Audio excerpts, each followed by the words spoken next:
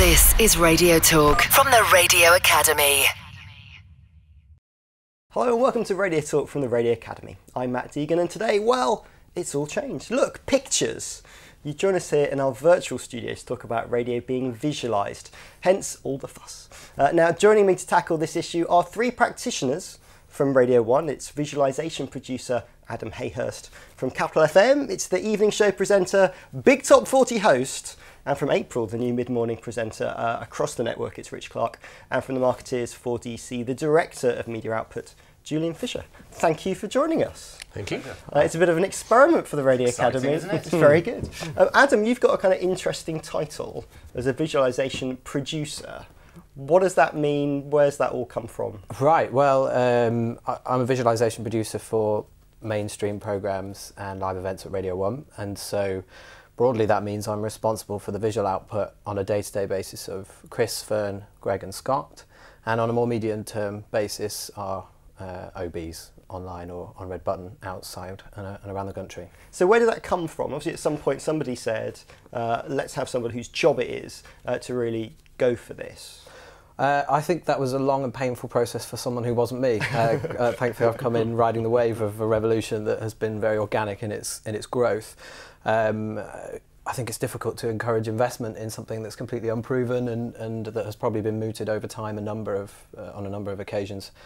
Testament to the team in place, the legendary Will Kinder at Radio 1, who really grew it from birth, who would have started with a handycam and just has been trying to prove it's a concept for so long, and now the market and the audience is catching up with that, and really I'm the result of his blood, sweat and tears and as the market as a whole reaching that position. So your background isn't radio then, is it more the TV side? No, I'm, as you point out, I'm off telly, so it's been a very interesting but very welcome transition into radio.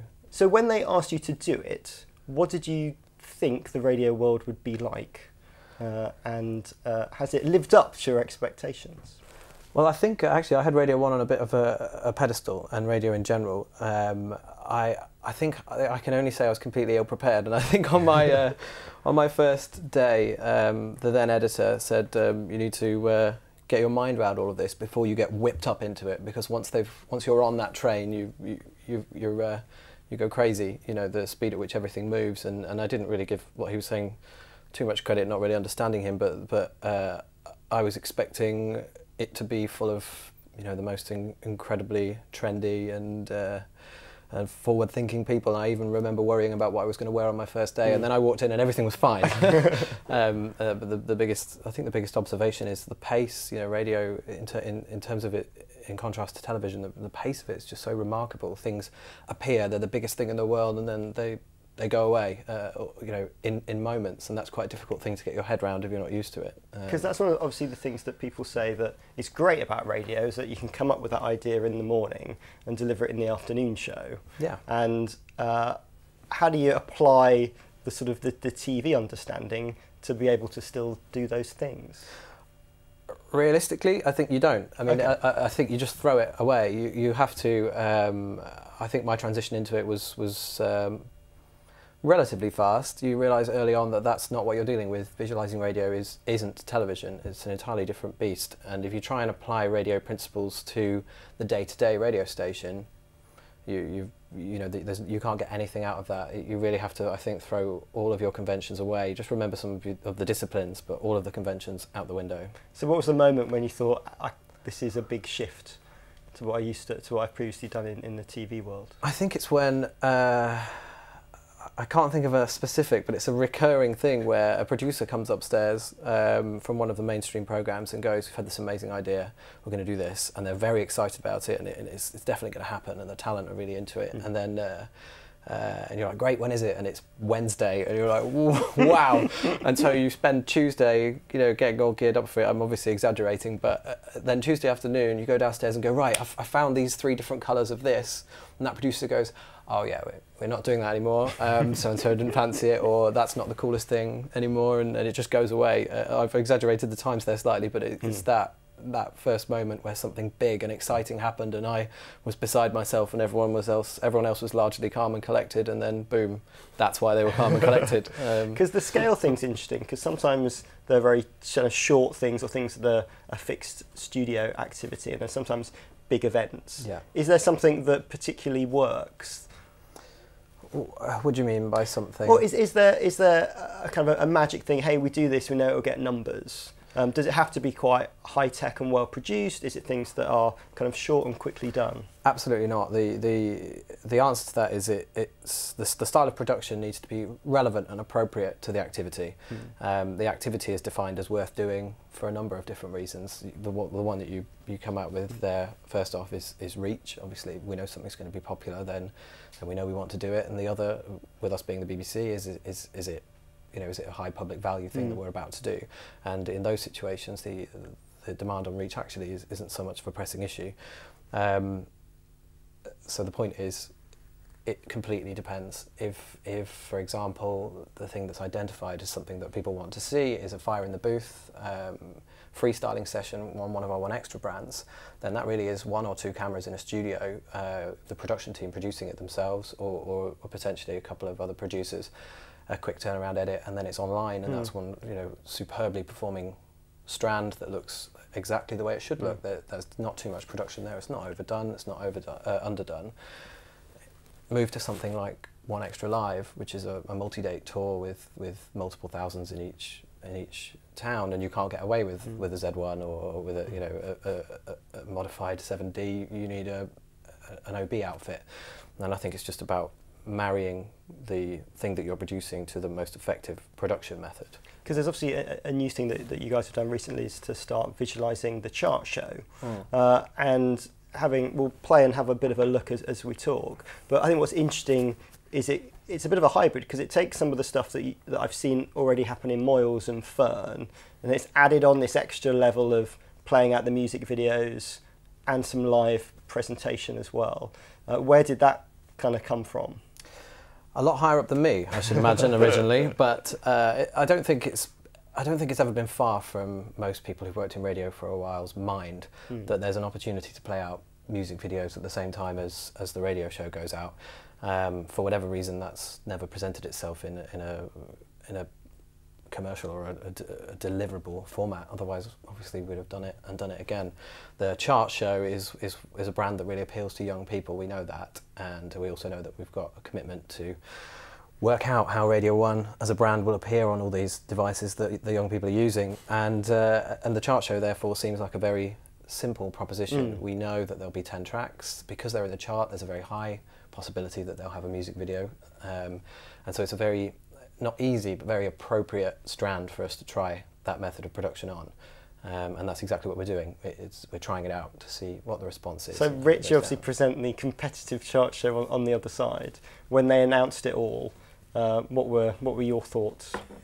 For us, it's not something that we would want to do. It's really difficult for us to do because our chart show is based on iTunes, so we don't know what those 10 songs are until 6 o'clock on a Sunday. So for us to plan 10 songs, videos, time it, do all the links in between, it'd be really difficult for us to throw that together. It's quite difficult to do it now just with having the CDs to play or play it off our playout system. So we don't really have that situation where we can sit in a meeting and go through what the 10 songs are, whether we've got the videos, can we play the videos, have we got the rights to play the videos, and add to that we've also got a multi-platform approach to our chart show, so we're not just going out on one radio station, we're going out on over 150 radio stations, so it's quite a complicated thing, and I think when we heard that you were doing it, I mean obviously it's a very exciting proposition for you guys to do, but for us to do, it would kind of take away from our show, which is about downloads and real time. That's what our selling point is. Really. I mean, you touched on kind of talent there. It would be interesting to get your view on this, Rich, in a sec. How's Reggie kind of taken to it? Because again, it's a different kind of skill.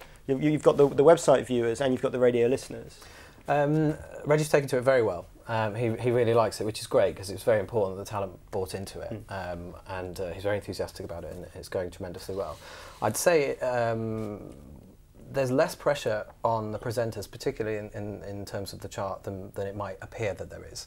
As with many things that look complicated or great, quite often they're not. And our aim when we design a production process is to make it as simple as possible. So in real terms, the only main difference for Reggie is that he's using, instead of using a playout system, he's using DVJs. Apart from that, he's he's producing the same program he always has, you'll notice that he doesn't look at the cameras. Occasionally, and as it's new, they're a big part of the program, and he talks about it a lot because that's the innovation, and it only happened 3 weeks ago. So, why doesn't he look at the cameras? Was that a thing that you decided, or we tried it both ways in development, and it's important. You know, I'm sure we'll get onto this. That it's not television. It isn't television. It's visualizing radio, and it's important that Reggie is producing a radio show and not producing a TV show. The videos are there because the audience want to see the videos, and the chart show, although they can get them on YouTube whenever they want, is kind of breaking news. There's an excitement and an instant nature to it. So they're there for the audience, but it's not important that Reggie addresses them directly. There's mixed feedback, but we don't think that that's important, and it continues to be an observational service in between the tracks. I mean, Rich, it's kind of a new skill for you guys as presenters. What do you have to think about when suddenly someone else decides we're going to do loads of stuff on camera? Well, it's funny you should say that, because it was when we've started doing things at Capital and we've started filming interviews and doing them and streaming them on the website. It was never really a plan for us to visualise them. It was just something that we could do. And the original idea we had was to put extra content online, so it was actually to stream audio in addition to the output that you'd get on the radio.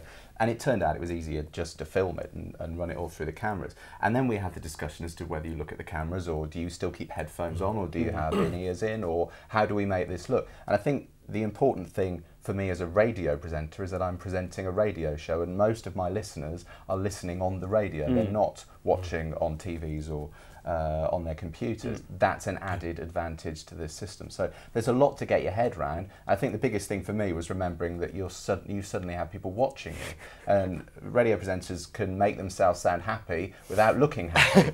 And that's always, we can turn up to work pretty much wearing what we want to wear, and then all of a sudden you've got cameras whizzing in on you and studio lights, and you've got that to deal with. I find it really exciting. I really enjoy it. But there have been times when I've looked back and I look really miserable talking to pop stars, but I sound as happy like I'm having the best time of my life. So I think that's a new thing you have to remember. But that's quite an important but subtle difference, isn't it? I mean, I come from a television background. What you're really doing is allowing a fly on the wall when you're visualising radio. Television is all about presentation, and surely the temptation possibly is to start with a fly on the wall with, you know, watching Reggie, but then you start to look at the set behind Reggie, and then you start to look at what Reggie's wearing, and then should Reggie start looking at the camera, and there is a danger it gradually morphs into television from just being that observer sort of fly on the wall approach. I'll never say never, but I would say that certainly with our current editorial leader, that there's no risk of that. I think it's very much safeguarded. We have, as you'll probably have noticed if you've seen it, paid a small attention to the aesthetics of the studio, but that's more about creating a splash and making sure something looks new than it is about trying to make it look like a TV studio. It certainly is still a radio studio, and we've not removed any equipment from that. I think the chart show may innovate in terms of the platform it appears on. I genuinely, I mean, obviously I could be wrong, but I genuinely don't see that, certainly on a regular basis, going to a studio with an audience. I don't see that. I don't see. Essentially, the question that keeps popping up is, it is not going to be the replacement for Top of the Pops. It's not a comparable product, and I don't think it ever will be. I mean, it's kind of interesting. Obviously, a lot of people listen to the radio on their TV. And you kind of watch bits of the chart show on the web, and you sort of think, well, if I'm in a TV environment, it kind of makes sense that this exists on Red Button at some point, because if they're in that place, selecting 700 or pressing red will be pretty normal for somebody. Do you think it could probably go that direction? I think what's important to separate here is what is television and what is on television, and television is two very separate things. It's for you and I, potentially it's just a platform, but it's also a huge, it's a production style, it's a convention, it's a series of rules built over 70 years, and if you're making television, then you make them according to those conventions and that history. If you're making visualised radio, you make them according to our conventions and our style of production, which are, in the most part, very different. If that visualising radio appears on television, it's merely a platform. You know, in the industry, it's all about semantics, and it's all about clever mind games, and we don't think we make television, and television wouldn't for a minute accept the fact that we make it either. But if you ask a member of the audience where they watched Katy Perry's Live Lounge last week, they'll say, or some of them hopefully will say, I watched it on telly, and we would go, we didn't produce television, and we didn't, but they watched it on their TV. Well, so, talking about kind of structure, let's have a quick look at your JLS interview that was visualised a little while ago. This is how this is going to work tonight, okay? This is all we're saying on Capital because we're going online. All right, we've got cameras up. We're going to film all of this. You can see what we get up to when the microphones are down. So, capitalfm.com is the place to go right now. If you've got a question... Clothes on. Yes, please. If you've got a question for the JLS boys, hashtag JLS on Capital. Get online now, capitalfm.com. We'll be chatting there in just a second. Right now, whilst we get ready, here's Jason Derulo. It's the new one. This is called Fight For You. It's on Capital. So, interesting looking at that intro with JLS. So you've got an interview on air and then a prompt to move online where that interview continues. Yeah. How does that work as a radio presenter? As I said, the original idea was that we weren't going to film it. We were going... Capital's a very formatted radio station. The priority for us is playing music. And although we want to run these interviews, we don't want to offend our listeners that aren't going to be interested in a 5-minute chat with JLS. So the idea was that we had a chat on air and then we took the rest of the interview online so that if you're not interested in JLS, you carry on hearing the music you want to hear. If you are, which most people who are would have access to a computer at that time of night when it was aired, they can all go online and they can hear the audio streaming. So from that we developed it into visualising the studio as well. The hardest thing to get your head around is I kind of knew what was happening because, you know, it was our idea, we came up with it, we'd rehearsed it, we'd planned it. To get the artists to realise it's happening as well is a completely different thing because they see the red light go off in the studio and then you have to explain to them that now we're on the website. So I think, I mean, we do it quite very animated. We cheer a lot and say, yes, we're still on everyone, we're still on, just to make it clear that they are still being seen by a lot of people. We had Dappy in recently to do it, and I think the first 5 minutes of the online stage of the interview took explaining to him that he was still on air. Not just him, but his people as well, all started swearing and chipping in extra things, and we kind of had to say, you are actually like online. They would normally, you know, they'd be talking about what we just talked about on the radio. So the idea was that we took this product online so that we're not interfering with the Capital output, and it worked really well because then you open it up to people who do have access to other things on their computers. So people can email, they can tweet, they can get onto Facebook, they can tell their friends, you can email the link where the browser is, and it suddenly becomes this community that we've created that you probably wouldn't get if you just had it on the radio station. And I guess it must spread amongst fan groups for kind of big Twitter acts like a One Direction. Oh, it's great, yeah. I mean, if we get JLS, if we get One Direction, even when Dappy was on, I mean, we trend in the UK and around the world on those discussions because people are getting onto Twitter and, as I say, they're forwarding the links as to where you can hear that. And do you think it transfers people back to the show? Does it build... Are they new people who are coming to you and it's building audience? Well, interestingly, that was the biggest thing. The hardest thing as a radio presenter, I get judged and I'll get another contract if I've got listeners. I won't get judged with how many people have hit my web page on capitalfm.com. So, but do you think maybe you should do? Well, I don't know. No, I don't think so. I don't think that's an important part of what I do. I think what I do is create radio. That's what I'm employed to do. Yes, the content that I generate will go onto the website and it will contribute that, but the trick is, as you say, is to get them back to the radio station. So it always defaults back to that radio station. So we kind of came up with features that we would talk about at the start on air and then online that would feed into people then switching off their computers and putting us back on FM or on DAB to go back to follow the story as it occurred on the radio, because that was the important thing. I wanted to flow through my show.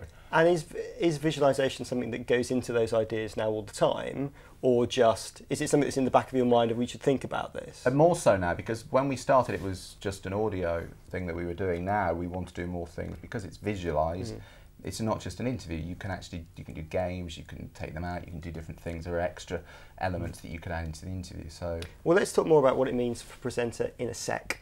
Still to come, we've got David Lloyd's Radio Moments. We'll be back in a moment. Deep underground in the secret On the Sly laboratory, we fuse together sounds, beats, music, flour, eggs, and whatever else we find on the floor.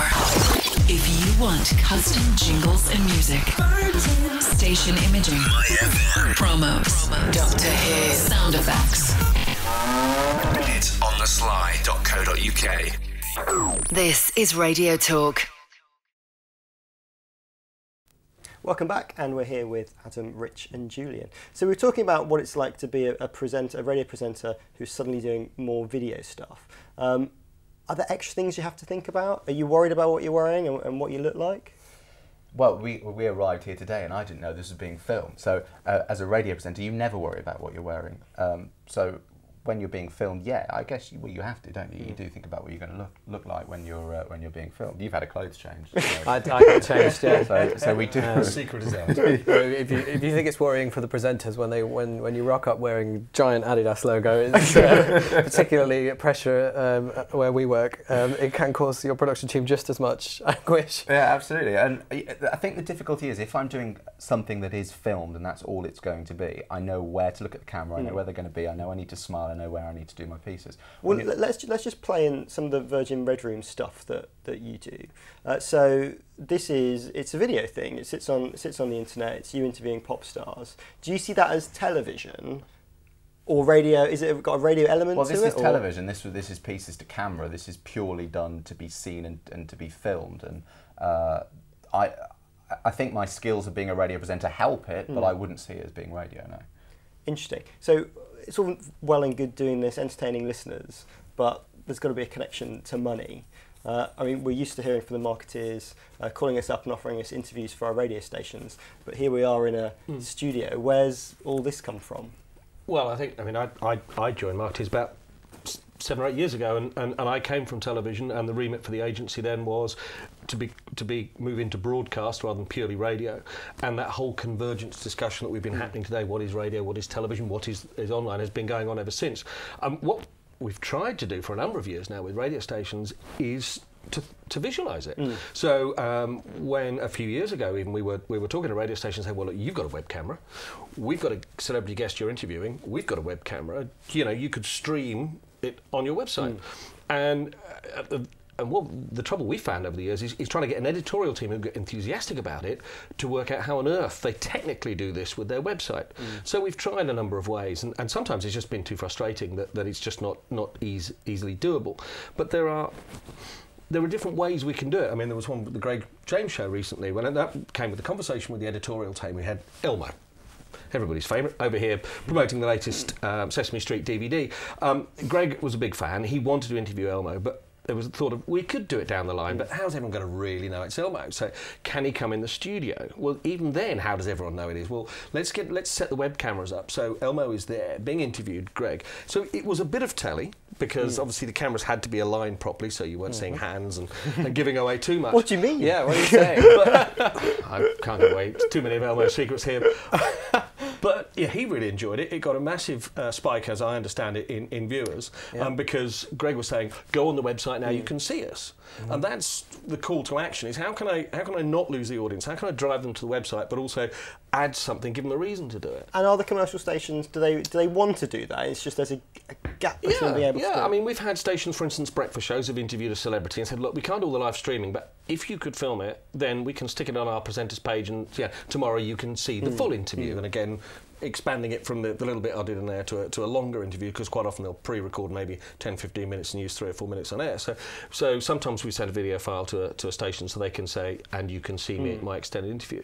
I mean, just as recently we were working for Discovery Channel, fantastic series all about sloths, an animal you wouldn't normally think of. Amazing pictures, stunningly amazing pictures, but this is radio. How on earth are we going to visualise it? So we sent the videos to all the presenters so that they could see it and want to talk about it, but then it was a case of, well, we've talked about this on air for 10 minutes.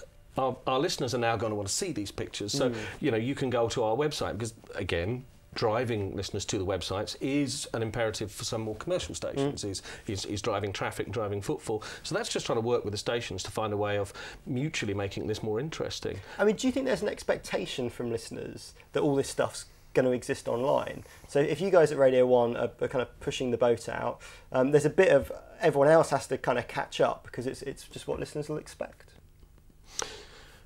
It comes back quite often to the expectation of the audience and the technical capabilities of the media owner. Obviously, the BBC has some great resources, but even we found talking to sort of regional BBCs, they don't control it. So the website is maybe controlled from somewhere else, physically, completely separate. So there is a desire to do it, but maybe they can give up because of the sort of some of the practical considerations. Sometimes more the commercial, and it depends on the commercial group. Different commercial groups are a lot more savvy.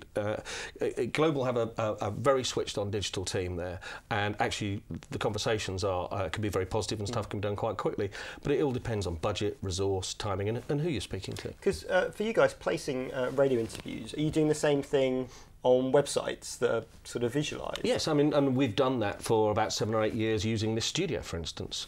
But websites, I can have driven that. Websites have always wanted video content, and I think it's been quite a while since websites went, well, we only do text and still images. And so when you go along and say, well, look, you can host a studio chat on topic X or topic Y, or you can do a video interview with celebrity X or Y. You've just got to look at MSN's site nowadays. They're very much into celebrity interviews. We do quite a few of those here, working with the likes of MSN, etc. So I think standalone websites, online operators have kind of embraced this for some time, but it's that dreaded word convergence. It's been bounced around the media for years. How do you make something work across all media, but also keep its individual identity, keep a radio station as a radio station, TV doing TV, and online doing what it does, which is a hybrid of both? It's a challenge, and every media owner seems to approach it differently. Where do we think this is all going? So are we going to see all programmes always have video alongside it? You guys at Radio 1 are moving to a big shiny new penthouse flat at the top of Broadcasting House. Is that all geared up, ready to go, to be more visualised? Yes, yeah. I mean, it's geared up rather to be more visualised than just to create what we're calling, like I say we're calling, it was coined earlier today, fully integrated awareness. So what we're trying to do, obviously, as you point out, we've got a tremendous opportunity, having had a new broadcasting house built over the last few years and having a blank canvas for that area. And we're looking at a number of options currently. And one of them on the table that was looking very strong is a partly automated system that uses the levels of the microphones. I mean, Radio 5 Live already have an incarnation of it.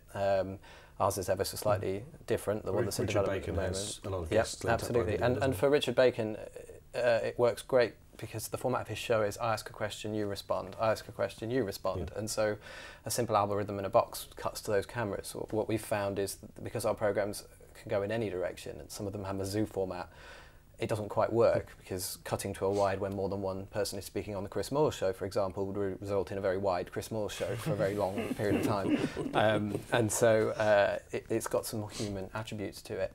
But the real innovation here isn't that. I mean, that's been happening in various guises for a while.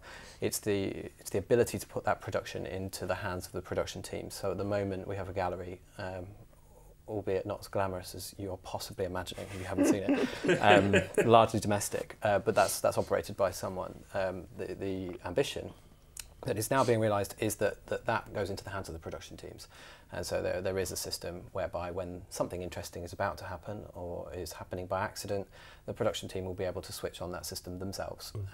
And the stream will always be there. It'll always be hidden somewhere on the website, working away with some kind of holding graphic. And then the moment they want to show it to the world, they punch it up it appears on the homepage. So a little Grass Valley Vision mixer suddenly creeps into the radio gallery now, does it? No, it's quite. It's quite.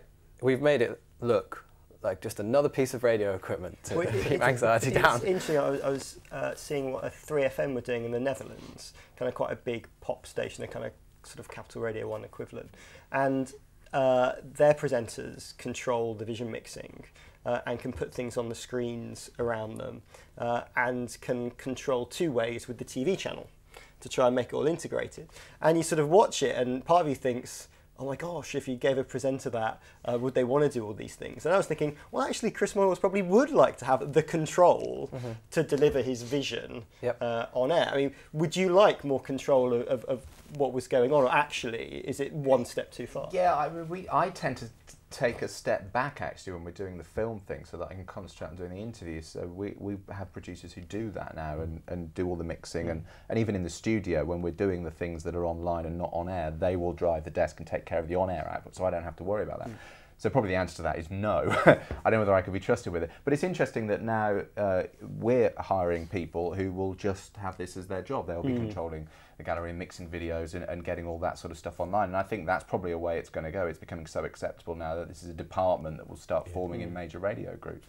But you know what? I think it's I think simple things like you were saying about stills. I mean, all the presenters at Capital have got access to the Capital Twitter account. So when we're doing interviews, we can all take photos that probably wouldn't be the official press shot of that interview, and we can all tweet them, and that visualises something about the interview that people wouldn't normally see. And that's really simple. It doesn't cost anything, and suddenly reaches a whole new audience that probably wouldn't have checked that out before. So let's finish on kind of tips for other people. Obviously, some of the stations and the things that you guys are talking about on a larger scale, but we heard that some of the best stuff is really simple. What advice would you give to small stations or a community station? How should they jump into this world? Well, I would probably give the first few words of advice I was given when I first went into television, which is think pictures. If you've been brought up in radio, you think in terms of sound.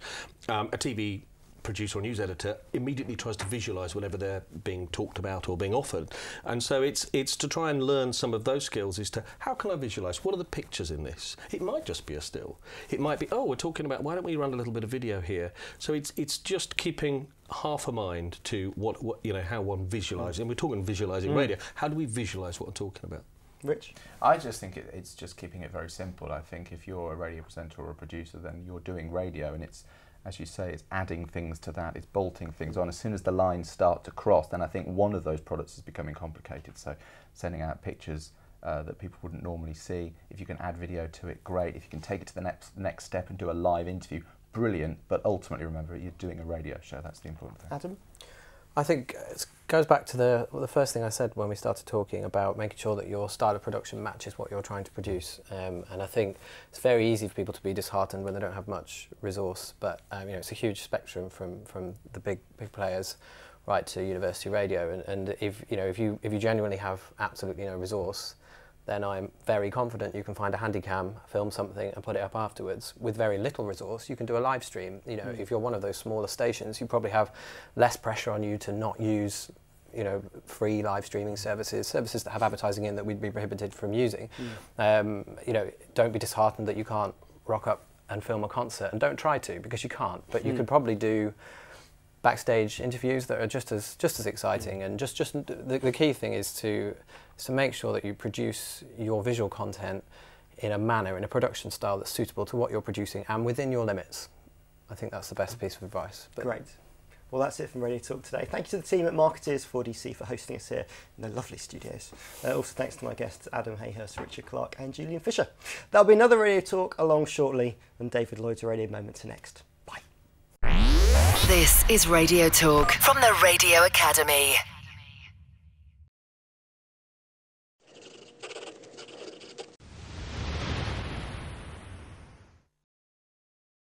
This week sees key anniversaries for some of radio's most recognisable voices. 16 years ago, we lost the newsreader who had announced some of the country's most historic moments. This is London. It is with the greatest sorrow that we make the following announcement. The voice of John Snagg, who died on the 25th of March 1996. Also this week, 8 years ago, we lost Alistair Cook. It may well be impossible to add any sensible or proper words to all the millions that have been written and spoken about the life and cruel death of John F. Kennedy. Alistair Cook, who died 30th of March 2004. And in fact, it was this week too that his letter from America began. It started as an experiment 66 years ago.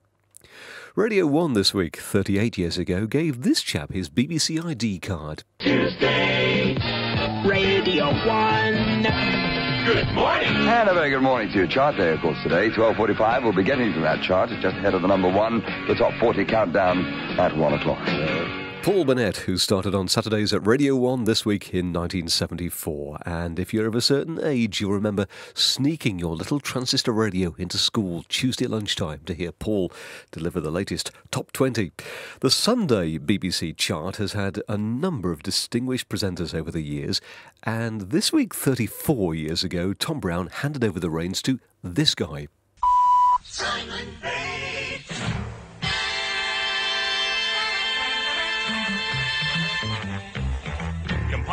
British Market Research Bureau. This is the Top 20. And down 5 places go the Jam. Number 20. Simon Bates, who took over the BBC Top 20 this week in 1989. And in fact, it was this week too, in 1958, that David Jacobs had broadcast the first averaged BBC Top 20. Happy birthday this week to Margaret Howard. Johnny Walker was 67, and also happy birthday to Twiggy. Hey, Babe Roo, this is especially for you. The sound of the Four Tops, number wonderful sound in the Fun 50. Reach out, and on 2 to 7 metres in the medium wave band, old Roger Day will be there, just hopping up and down like mad. Happy 67th birthday to Roger Twiggy Day, through the Pirates to the first day on air at Piccadilly to BRMB, and now still doing good things at BBC Local. Life in radio is often dramatic, isn't it? But nothing could have prepared me for the events of this week 27 years ago, as I introduced this news bulletin. Broadcasting 24 hours a day, this is Radio Trent. The 11 o'clock news, Mike Blair reporting. It's been disclosed in the last few minutes that Radio Trent DJ Graham Neal, accused of murdering his former girlfriend, has killed himself in Lincoln Prison. Steve Kite reports. Neal's former girlfriend, Lynn Goldingay, disappeared after spending the weekend with... Tragedy at Trent this week in 1986. This week last year, a final goodbye to the first presenter of Sounds of the 60s on the BBC, Keith Fordyce. Well, hi there, good to be with you again. The first disc needs no introduction from me because you will recognise it. The introduction, that is, from the very first note. Keith Fordyce. This week, 18 years ago, the original BBC Radio 5 came to an end, replaced the following day by 5 Live. And Charlotte Green won't easily forget this week, 4 years ago. The award-winning screenwriter Abbie Mann has died at the age of 80. He won an Academy Award in 1961 for Judgment at Nuremberg. Abbie Mann also won several Emmys, including one in 1973 for a film which featured a police detective called Charlotte Green, rather enjoying reading the news on the Today programme this week in 2008.